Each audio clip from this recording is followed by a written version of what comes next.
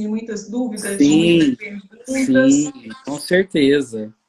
Então, gente, o Dr. Roger Martins, ele é infectologista, graduado pela Universidade Federal de Uberlândia. Ele é médico do ambulatório DST AIDS Herbert de Souza. O ambulatório fica no bairro Roosevelt, não é isso, doutor? Isso, exato. E ele também é membro da CCIH. O que é CCIH, doutor? É alguma comissão do Hospital de Clínicas de Uberlândia? Isso, exato. É a Ah, Comissão de Controle de Infecção Hospitalar. Todo ah, hospital grande, Eliane, né, tem que ter uma CCIH, né? E esse sim. órgão, ele é um órgão consultivo da direção do hospital, né? E constrói estatísticas, faz trabalhos junto às equipes, no sentido de prevenção da infecção hospitalar. Então, esse também é um dos meus trabalhos. Doutor, então vamos lá do comecinho. Eu achei interessante porque ontem eu estava com uma colega e ela fez um questionamento assim, coincidentemente, qual a diferença de HIV para AIDS? E aí eu peguei e chutei. Não sei se eu chutei certo. Queria que o senhor então começasse falando para a gente. Então, primeiramente, boa noite. Agradecer a participação, o convite da Eliane.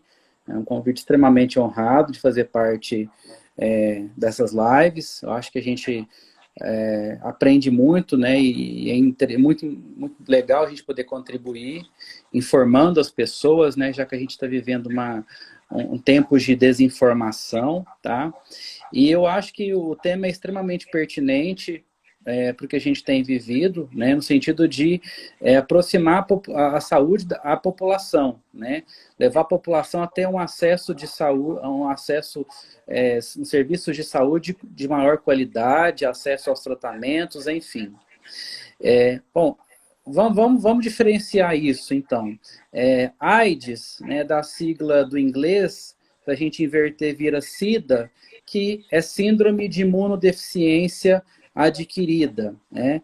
Então, é a doença, né? A doença causada pelo HIV.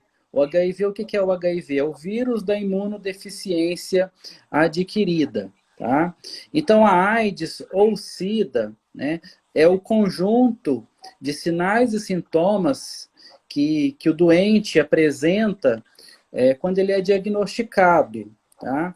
Então, o que nós podemos falar? Muitas pessoas vão ter a AIDS, né, vão ter a doença instalada, mas muitas pessoas vão ser apenas portadoras do vírus, portadoras do HIV, sem ter manifestações relacionadas à doença. Eu acho que ficou claro isso.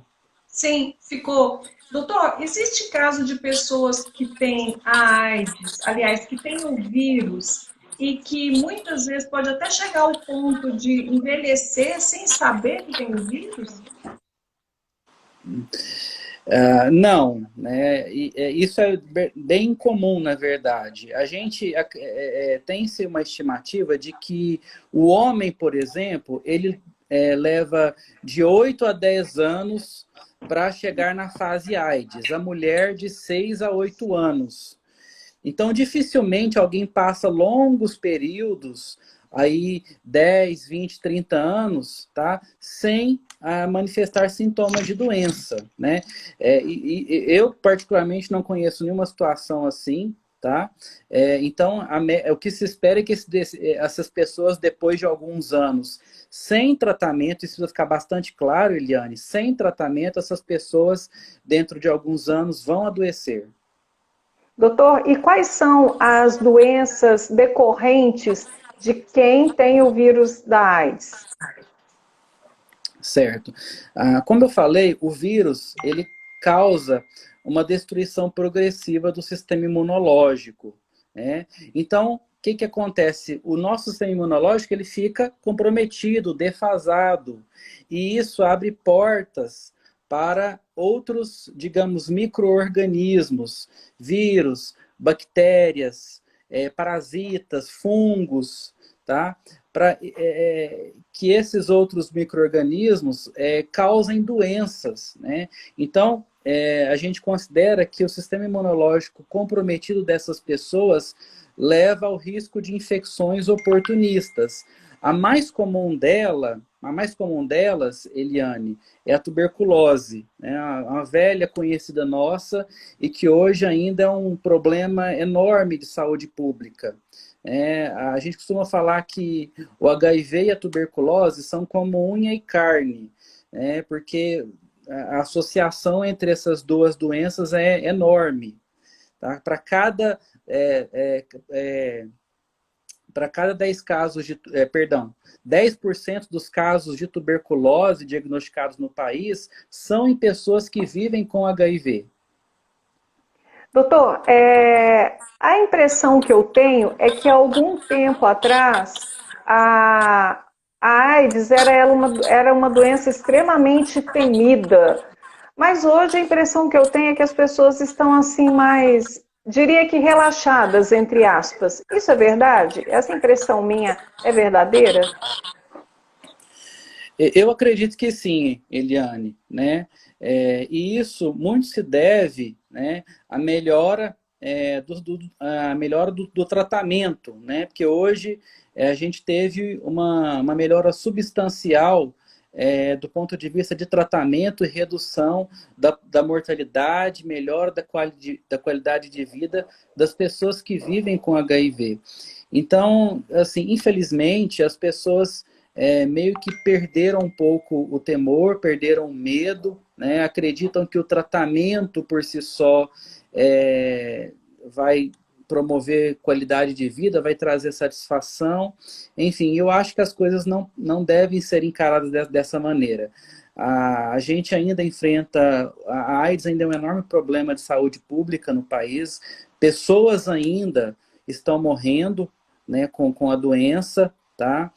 Apesar em bem menor número, felizmente, graças a Deus, mas a gente também tem as complicações a longo prazo. Então, o convívio a longo prazo com HIV, mesmo naqueles que estão tomando a medicação há anos, com um controle virológico adequado, essas pessoas sofrem danos a longo prazo, aumento do risco cardiovascular, aumento do risco de cânceres também, enfim. Então, assim, não é algo para ser banalizado. Doutor, o senhor falou então que isso é preocupante. Nós temos números de... A AIDS é uma doença que mata muito? É uma doença assim, que tem um percentual alto de óbitos? Não, né? Isso foi há 30 anos atrás, né? Quando a doença surgiu no mundo, a epidemia, na década de 80, né?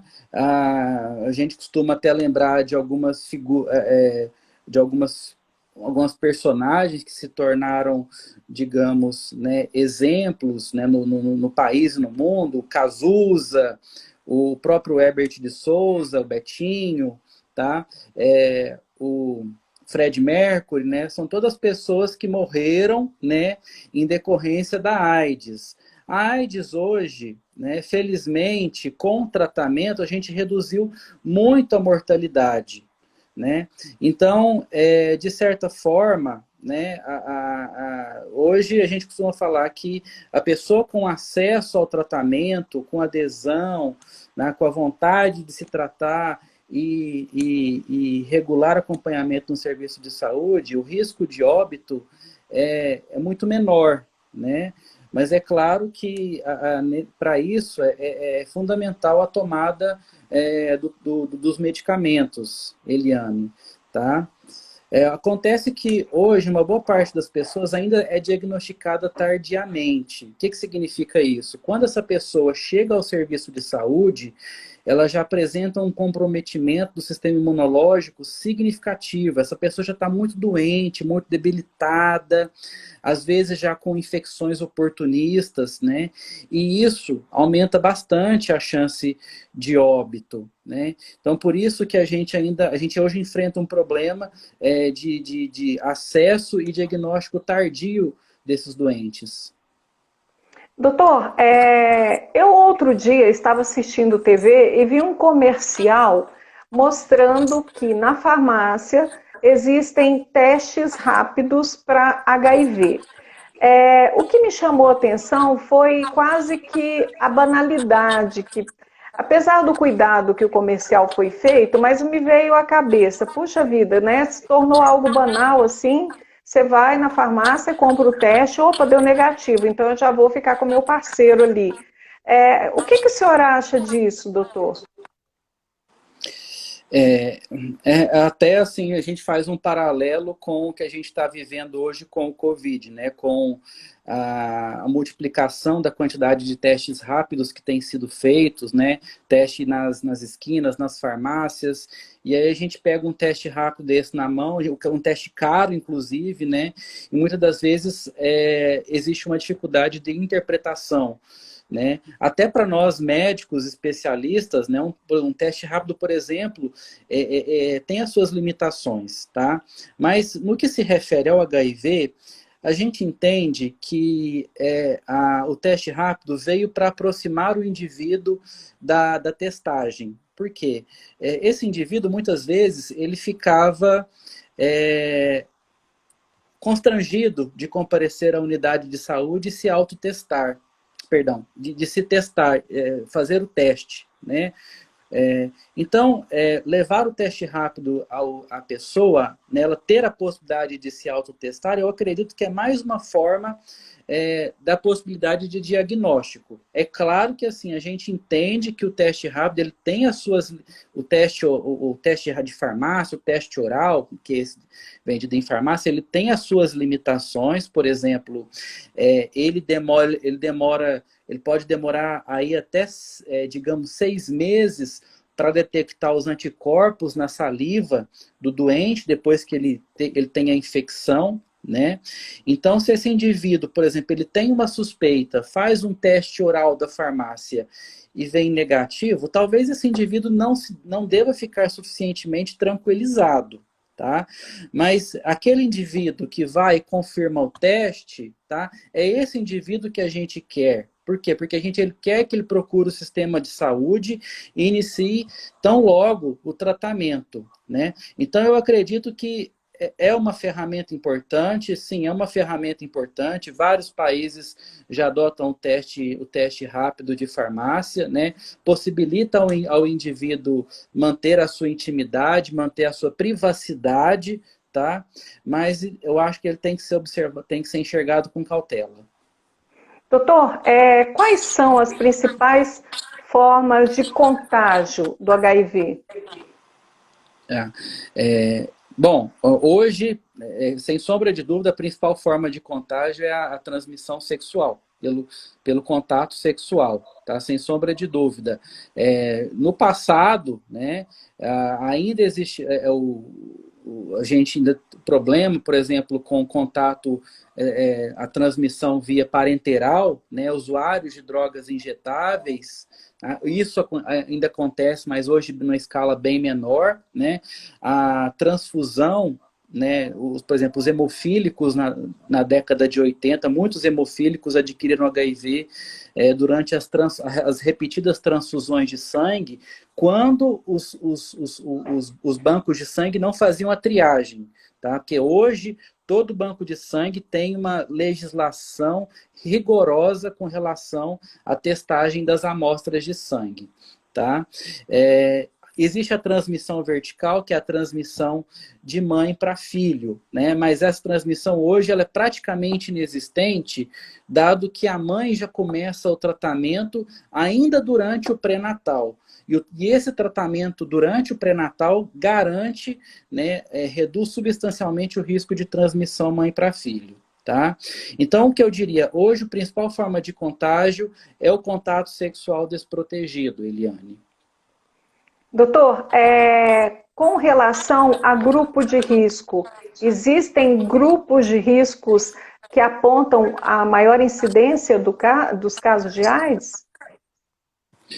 Bom, hoje a terminologia mais correta, Eliane, né, não é grupo de risco, e sim situações de maior vulnerabilidade. Tá? Porque isso foi uma terminologia que tá em desuso, está sendo abandonada justamente para atender melhor as pessoas que se encontram em maior vulnerabilidade. Porque risco se traduz muito em condições biológicas. E a gente sabe que a transmissão do HIV não envolve somente situações biológicas, é muito mais do que isso. Tá? Então, a gente entende como vulnerabilidade, por exemplo, a questão da exposição sexual desprotegida, contínua, recorrente, certo? Por exemplo, a mulher, a dona de casa, cujo seu marido, por exemplo, é promíscuo, né? São situações cotidianas que nós vivenciamos. Por exemplo, uma criança que é abusada sexualmente, né? Então, a gente coloca hoje situações de vulnerabilidade. Doutor, certa vez eu fiz uma matéria entrevistando um infectologista e ele colocando que era grande o número de idosos que estavam se contaminando. Essa informação ainda procede? Ainda é comum esse tipo de contaminação em pessoas da terceira idade? Sim, procede sim, Eliane. O que acontece? Né? Há um aumento da expectativa de vida da população em geral, como um todo, as pessoas estão vivendo mais, né? Digamos, houve um certo, digamos, reavivamento da vida sexual na terceira idade, né? Principalmente com o advento dos estimulantes sexuais, né? Então, isso, digamos, esse aumento da expectativa de vida, né, associado a uma melhora da qualidade de vida na terceira idade, ao uso dos estimulantes, né, tem sim aumentado a incidência do HIV na população mais idosa, na terceira idade. E isso é preocupante, porque essa população, apesar de ser, assim, parecer que não digamos, desinformada, mas é uma população vulnerável, né, porque ainda não compreende os riscos, né, de certa forma, acha que isso não faz parte do cotidiano dela, não faz parte da rotina dela.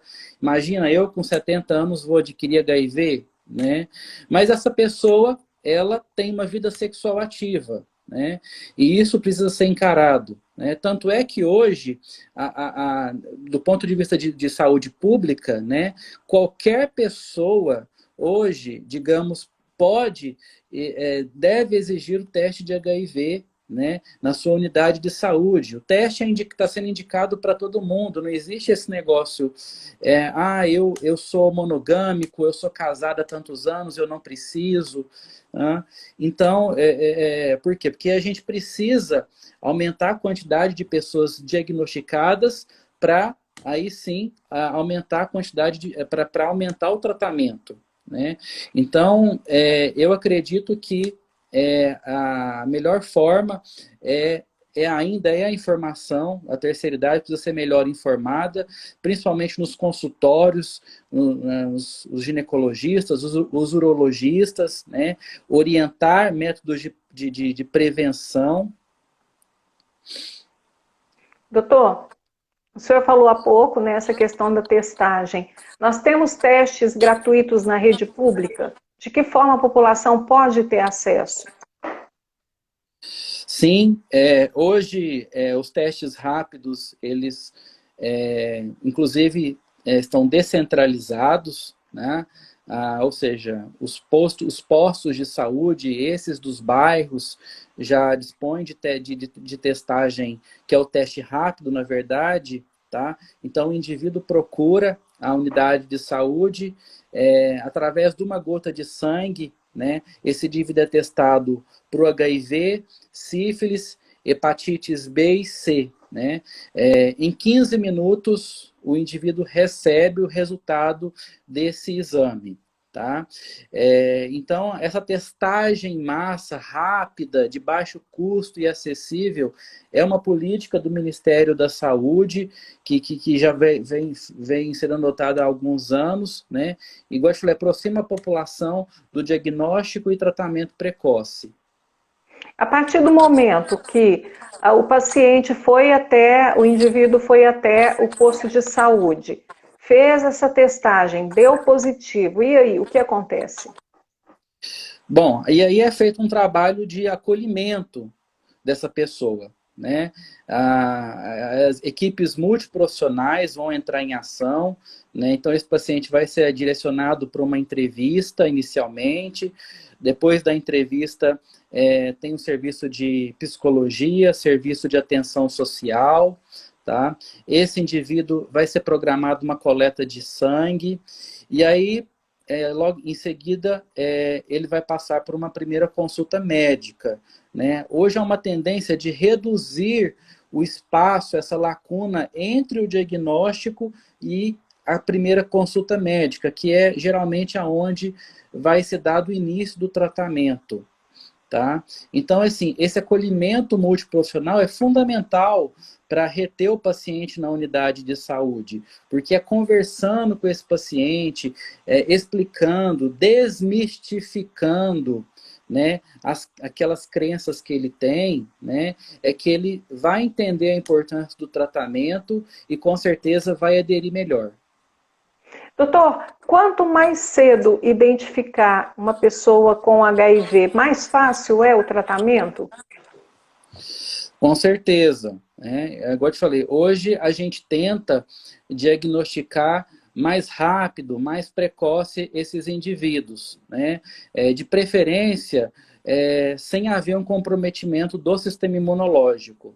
Quando esse indivíduo inicia precocemente o tratamento, o risco de complicações a curto e a longo prazo é menor. Então é menor risco de tuberculose, menor risco de alguns tipos de cânceres, menor risco cardiovascular, menor risco de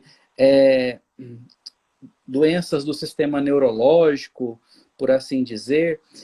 Enfim, então, as pessoas precisam entender que o diagnóstico numa fase inicial é importante, o tratamento inicial é importante, não só para esse indivíduo não adoecer, mas também para ele não servir como uma ponte de transmissão para outras pessoas, né? A gente sabe que quem hoje trata e controla bem o HIV não transmite, a chance de transmissão, principalmente pelo contato sexual, é muito baixa. Doutor, o senhor tem números de casos de HIV ou mesmo de pessoas com AIDS no município de Uberlândia? Tenho sim, tá? Eu vou falar de alguns dados do ano de 2018, tendo em vista que o boletim epidemiológico, quando ele é fechado relativo ao ano anterior, né? Então, o boletim epidemiológico de 2019 é relativo ao ano de 2018, tá? Sim. Então, só para a gente ter uma ideia, né? No município foram notificados 169 casos, tá? Isso dá uma taxa, um coeficiente de 24,7 casos para cada 100 mil habitantes. Tá? Quando você compara isso com o ano de 2017, houve uma redução de quase 19%.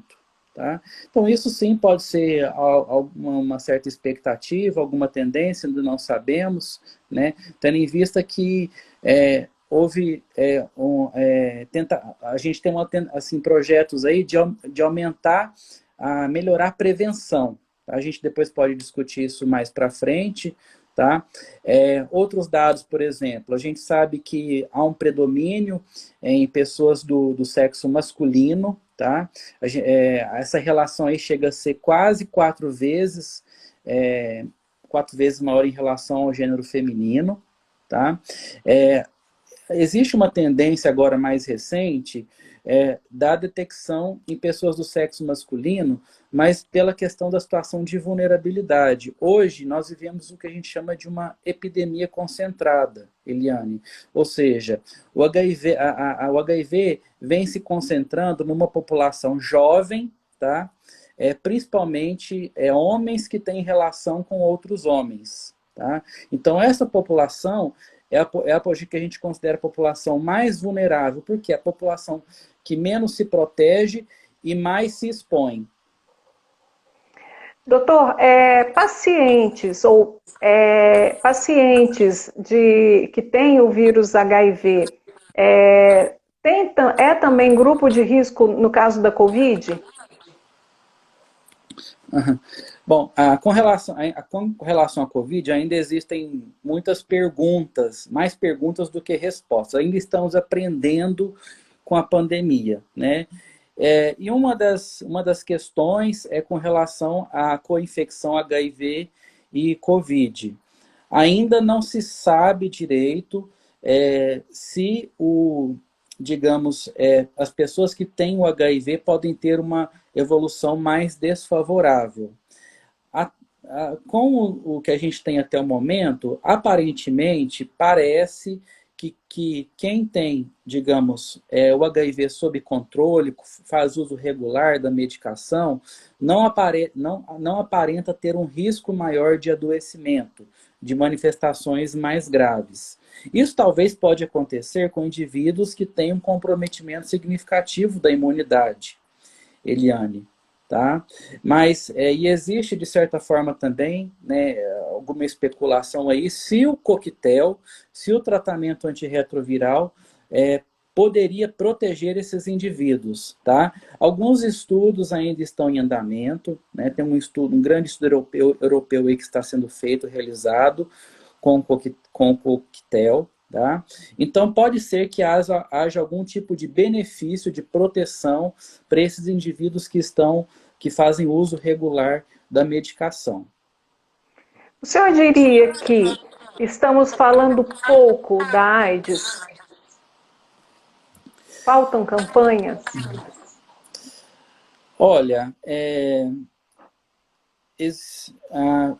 eu não gostaria muito de entrar nessa questão política, mas eu acho que é preciso falar que, infelizmente, parece que há uma certa... Começou, né, desde da atual gestão do Ministério da Saúde, existe um certo desdém com relação às políticas públicas em relação ao HIV e outras infecções sexualmente transmissíveis. Tá? Isso é notório e isso é uma preocupação entre as entidades de infectologia geral e que trabalham com HIV e outras ISTs. Tá?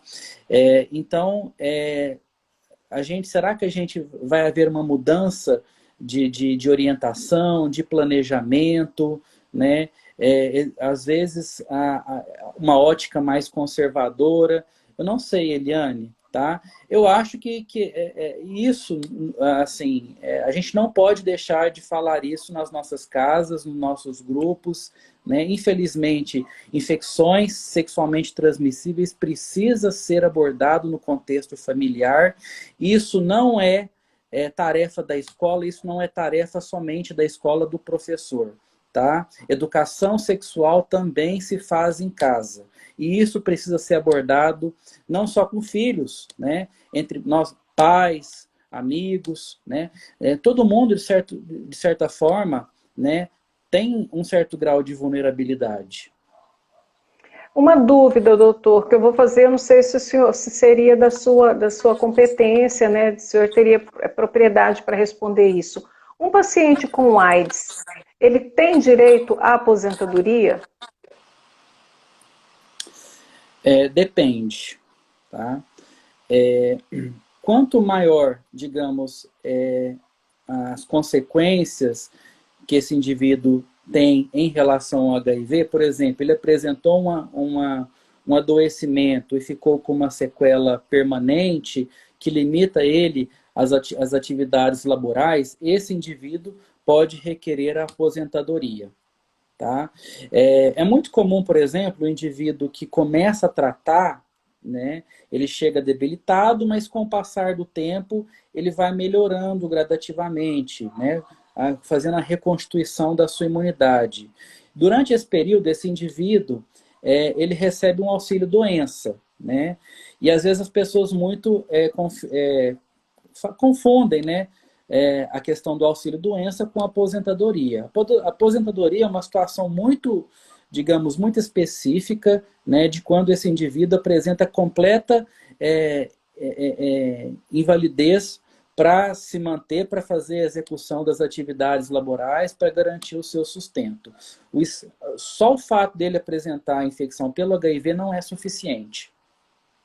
Eu quero até mesmo abrir... porque esse indivíduo, assim, só complementando, desculpa, Sim. até mesmo, porque isso acaba estigmatizando, né? Quantas pessoas que têm o vírus, né? O vírus, eu posso conviver com o vírus e ter uma vida plenamente normal, eu posso trabalhar, posso executar qualquer função no serviço público, privado, desde, claro, respeitando as leis de biossegurança, enfim. Então, o fato de ser HIV não impede esse indivíduo de ter uma vida, digamos, social, uma vida profissional plena. É isso mesmo. Olha só, eu quero deixar aberto aqui as perguntas, vocês que estão acompanhando essa live extremamente esclarecedora, professor com muita... o Dr. Roger com muita propriedade sobre esse tema.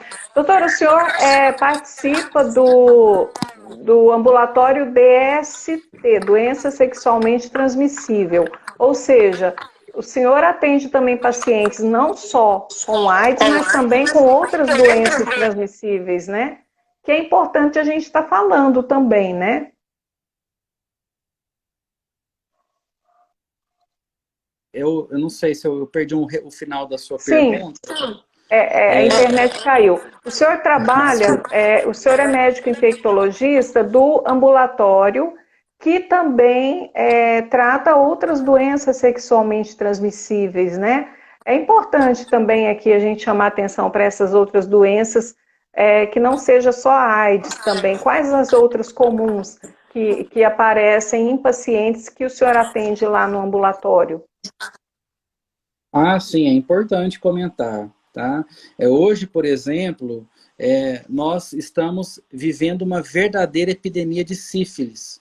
Não só, isso está sendo no Brasil todo. A sífilis voltou, nunca desapareceu na verdade, mas voltou assim, com uma força brutal. Né? Nós vemos sífilis não somente em quem já tem o HIV, mas nós vemos sífilis numa variedade enorme de pessoas, dos mais diferentes perfis, idades, digamos, opções sexuais, cores,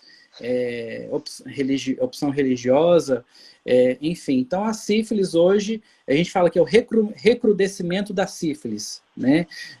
Uma doença velha, antiga, facilmente tratável, mas que hoje se tornou um verdadeiro problema de saúde pública, né? E o Brasil, assim, já hoje, o nosso maior objetivo hoje é a gente acabar com a chamada sífilis, a transmissão congênita da sífilis, né? Que a gente busca esse objetivo, né? Principalmente para reduzir a morbidade relacionada à infecção congênita da sífilis, pode trazer sequelas enormes para a criança, né? E quando você reduz a taxa de infecção congênita, isso é um marco da melhoria do sistema de saúde. Significa que você está conseguindo tratar e você está conseguindo testar e tratar adequadamente essas pessoas. Tá? Além da sífilis, nós temos as hepatites virais, hepatites B e C. A hepatite C, nós estamos vivendo uma verdadeira revolução no tratamento da hepatite C. Nos últimos, eu posso falar agora nessa última década, com medicações com altas chances de cura, nós temos aí pacientes sendo curados com mais de 99% de chance de cura com os atuais esquemas. Então, a gente acredita que a hepatite C vai está em vias de eliminação no Brasil e no mundo todo, né? O que a gente precisa é testar os indivíduos novamente. Por quê? Porque a hepatite C ela pode ser silenciosa, né? Muitos anos aí a pessoa não sabe que tem o vírus, e o vírus age silenciosamente no organismo da pessoa, ali causando problemas graves ao fígado, né? E o tratamento com alta chance de cura, fácil, né? Poucas semanas, vai de 12 a 16 semanas aí de tratamento, né? E previne as complicações a curto e a longo prazo, tá? Outras doenças menos comuns aí, alguma infecção por gonococo, clamídia, que são coisas mais corriqueiras. Não posso deixar de destacar a infecção pelo vírus HPV, né? O HPV que causa o câncer de colo do útero, na mulher principalmente, mas também pode causar lesões cancerosas no homem, no pênis, né? E também o câncer anal. Então, hoje a gente tem uma política de imunização para esses indivíduos, principalmente na faixa etária aí dos 11 aos 14 anos, para os meninos e para as meninas, tá? Olhando lá no futuro, né, a longo prazo, redução da incidência do câncer de colo de útero. É a vacina, não é, doutor, no caso? É a vacina para HPV, exato, né? Que essa vacina ela é disponível, na verdade, nas unidades de saúde pública. Eu tenho ela no meu local de trabalho, né? Lá nós vacinamos a população HIV também, tendo em vista que essa população, além de ter maior chance de aquisição do HPV, tem maior chance de complicação, né? Complicação precoce, ou seja, aumento do risco de câncer de colo do útero numa fase precoce. Tá? E de certa forma também nós tratamos as lesões benignas causadas pelo HPV, que são as verrugas genitais. Doutor, o senhor falou aí dessa alta incidência da sífilis.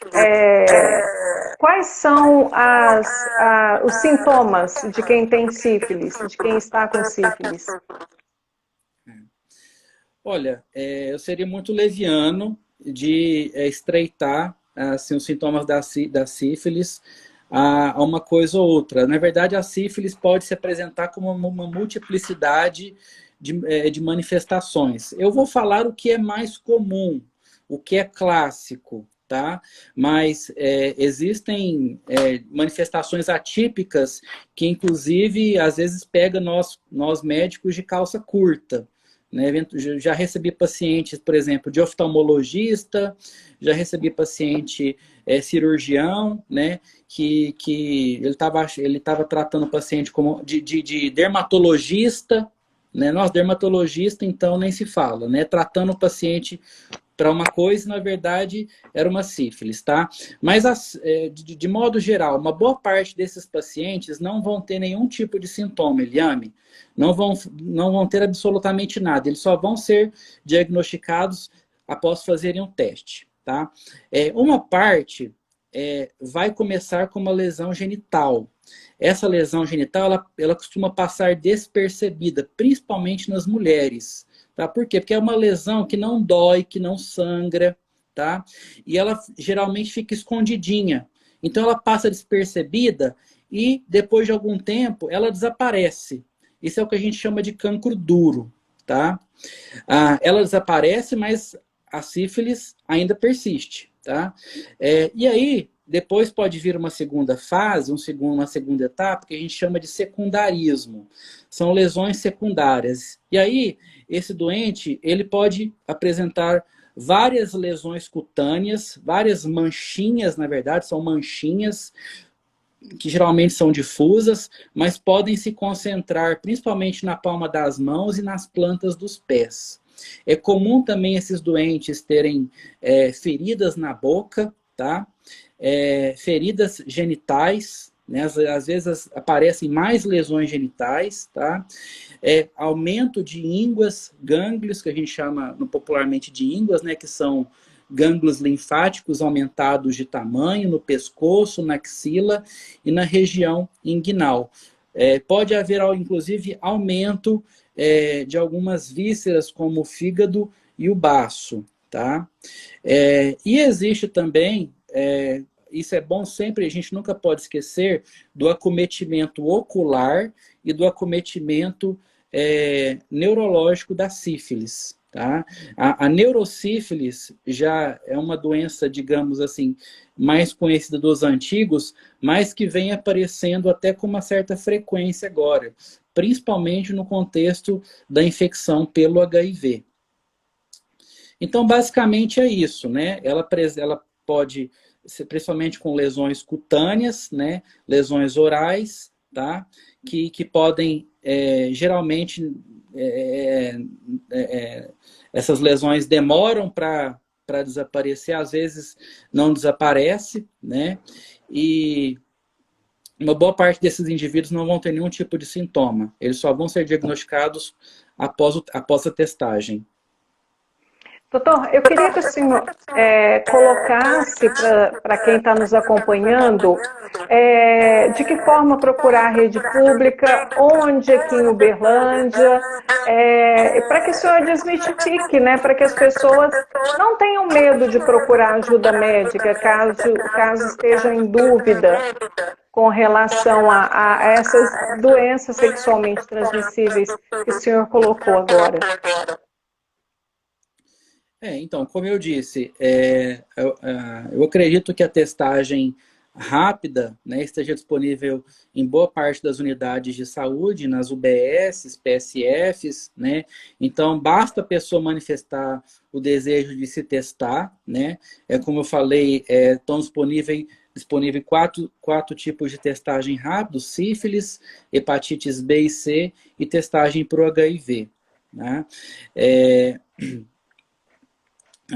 Como eu falei, se essa pessoa, mesmo que seja, digamos, uma leve dúvida, uma leve suspeição, se ela se expôs sexualmente sem o preservativo, é importante se testar, tá? Eu acredito que, inclusive para uma certa, digamos, tranquilidade pessoal, né, e para você poder iniciar qualquer tipo de relacionamento, é importante você estar com a sua saúde em dia, tá? Então, e no caso de testagem positiva, né, essa pessoa vai ter um amplo acesso ao tratamento com o chamado coquetel hoje, né? Queria reforçar que o coquetel hoje ele é distribuído gratuitamente nas unidades especializadas de saúde, no caso o ambulatório que eu trabalho, Herbert de Souza, tá? Os esquemas hoje, o coquetel, ele é moderno, com poucos efeitos colaterais, de fácil tomada, poucas pílulas por dia e altamente potentes, ou seja, com poucos comprimidos ao dia, essa pessoa consegue controlar satisfatoriamente a doença. Doutor, todo o tratamento para essas DSTs são gratuitos? Sim, sim. Isso, inclusive, é um direito constitucional, Eliane, né? O acesso pleno e gratuito, né, aos tratamentos, né? E hoje, felizmente, né, a gente, no que se refere a infecções sexualmente transmissíveis, hoje, eu acredito, em matéria de tratamento é tudo gratuitamente disponível, tá? Até mesmo os tratamentos de hepatite C, que são os de mais alto custo, né? Nós fomos junto ao Ministério da Saúde, Sociedade Brasileira de Infectologia, de Hepatologia, para exigir do Ministério da Saúde a compra dos medicamentos e a distribuição gratuita, né? Então, assim, eu digo, só não trata quem não quer. Doutor, muito bacana essa entrevista, muito esclarecedora. eu diria que até mostrando para as pessoas, assim, esse aspecto de que muita gente não sabe desse tratamento, não sabe que tem acesso a essas medicações. Então, eu diria que até essa questão de cidadania mesmo o senhor está fazendo aqui, sabe? De esclarecer, mostrar para o cidadão o que ele tem direito, o cuidado que ele tem que ter com a saúde dele. Eu queria, então, deixar aqui esse momento final. Eu marquei com o senhor, falei que a live era de aproximadamente 1 hora, já são 8 horas. Mas quem quiser ainda fazer alguma pergunta, gente, fique à vontade. Queria aproveitar e mandar um abraço aqui, doutor, para Renatinha, que está nos acompanhando, Renatinha Teixeira, José Humberto Parreira, Nicolas, tem alguns nomes aqui que eu não conheço, Rabelo e Léo Rabelo, né? As pessoas que nos acompanharam aqui, Marco Moreira, Vinícius, Célio, muita gente aqui que nos acompanhou, Henrique, né? Muito obrigada por vocês terem participado. A Luciene, né, lhe parabenizando, muito esclarecedora, de fato. O Dr. Roger geralmente dá uma aula aí quando se fala em DST, porque ele é muito bom no que ele faz, é infectologista fantástico. Doutor, então eu deixo aqui a palavra final com o senhor, lhe agradeço por ter aceito esse convite, me coloco à disposição caso haja necessidade de falarmos sobre outros temas que o senhor julgar importante. Depois eu vou salvar essa live no meu canal do YouTube, disponibilizo o link para o senhor, até caso o senhor queira compartilhar, porque para mim foi uma aula, isso aqui o senhor pode transmitir para os alunos se tiver. Então eu queria deixar a palavra final com o senhor agora. Eliane, me sinto extremamente lisonjeado de fazer parte do seu programa, né? Eu acho que acredito que essas lives vêm só para aprimorar, né, o brilhantismo, né, com que você chega às pessoas, tá? Quero agradecer imensamente a Renatinha, que acompanhou nossa transmissão. A Renatinha é a Renata Teixeira, minha noiva. Agradecer pelo imenso apoio dela, sim. Agradecer pelo apoio dela, né? Pelos vários colegas aí que prestigiaram a nossa transmissão, tá?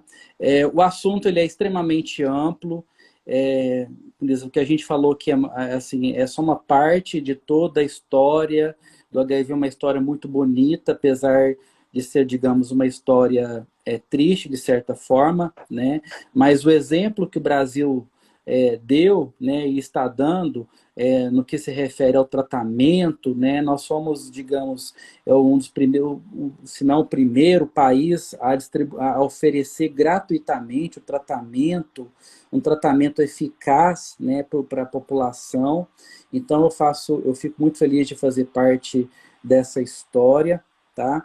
E eu acho que a gente ainda tem muita coisa para ser conversado ainda. A gente hoje tem as chamadas políticas combinadas de prevenção, que é a profilaxia pré-exposição, PrEP, que é hoje, ou seja, só dando uma palhinha, você toma um comprimido por dia, né, para prevenir o HIV.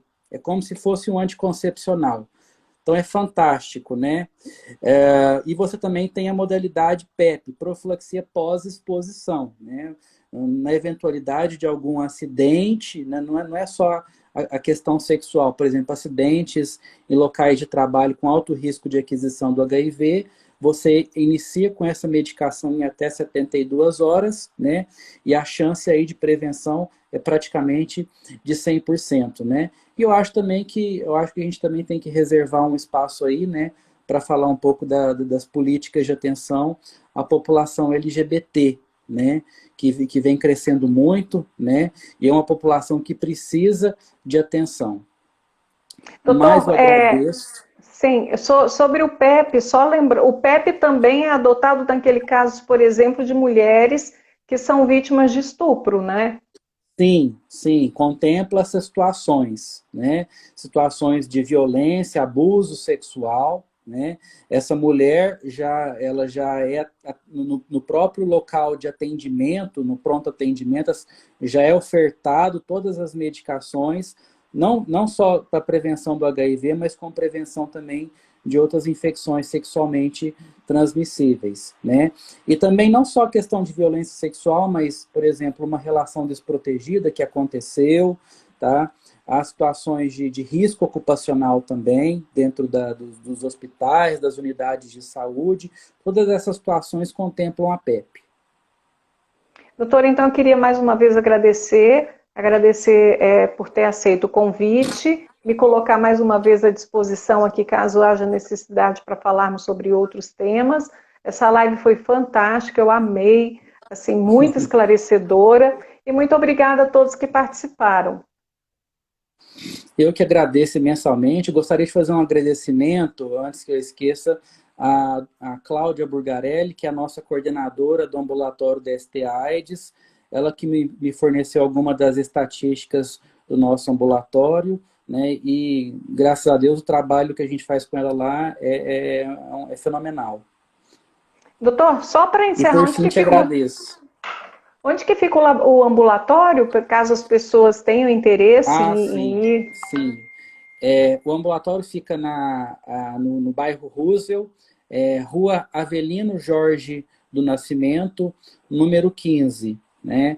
Para as pessoas se situarem um pouco mais, fica atrás do Colégio Polivalente, tá? O ambulatório funciona em horário comercial, tá? E como eu te falei, a gente tem os vários colegas médicos com equipes multiprofissionais, serviço de atendimento ginecológico, psicologia, nutrição, serviço social, farmácia. Então, é uma equipe muito coesa. A equipe multidisciplinar para atender Isso. esses pacientes, né, doutor? Então, Sim, doutor, porque muito precisa. obrigada. Sim, Eu porque que te deve ser. agradeço, Eliane.